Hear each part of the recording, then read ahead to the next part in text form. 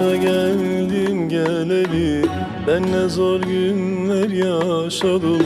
Bu aşka düştüm düşeli, bilsen ne günler yaşadım. Ben yazdım karaladılar, yürekten yaraladılar. Her şeyim parçaladılar, bilsen ne günler yaşadım. Bilsen ne günler yaşadım.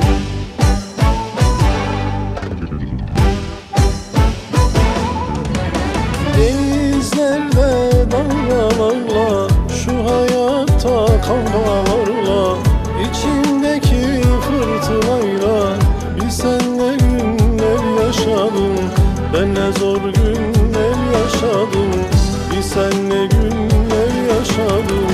El attığım dal kırıldı, gönlüm herkese darıldı.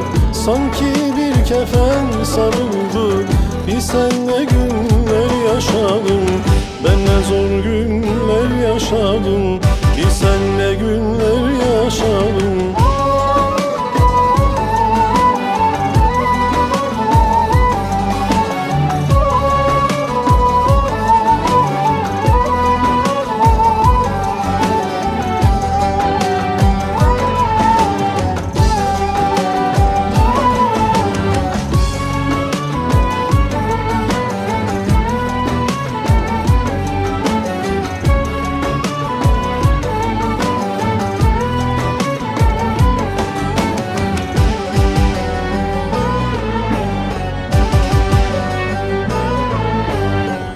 Çarelerim çaresizdi, her dakikam ümitsizdi. Geçmişten kalma bir yüzdü, bilsen ne günler yaşadım.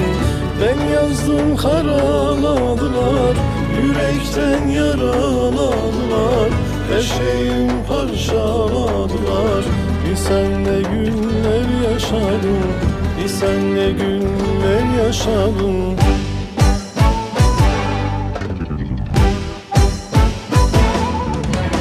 Denizlerde dalgalarla, şu hayatta kavgalarla, içimdeki fırtınayla, bilsen ne günler yaşadım.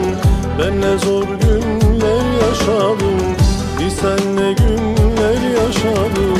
El attığım dal kırıldı, gönlüm herkese darıldı. Sanki bir kefen sarıldı, bilsen ne günler yaşadım. Ben ne zor günler yaşadım, bilsen ne günler yaşadım.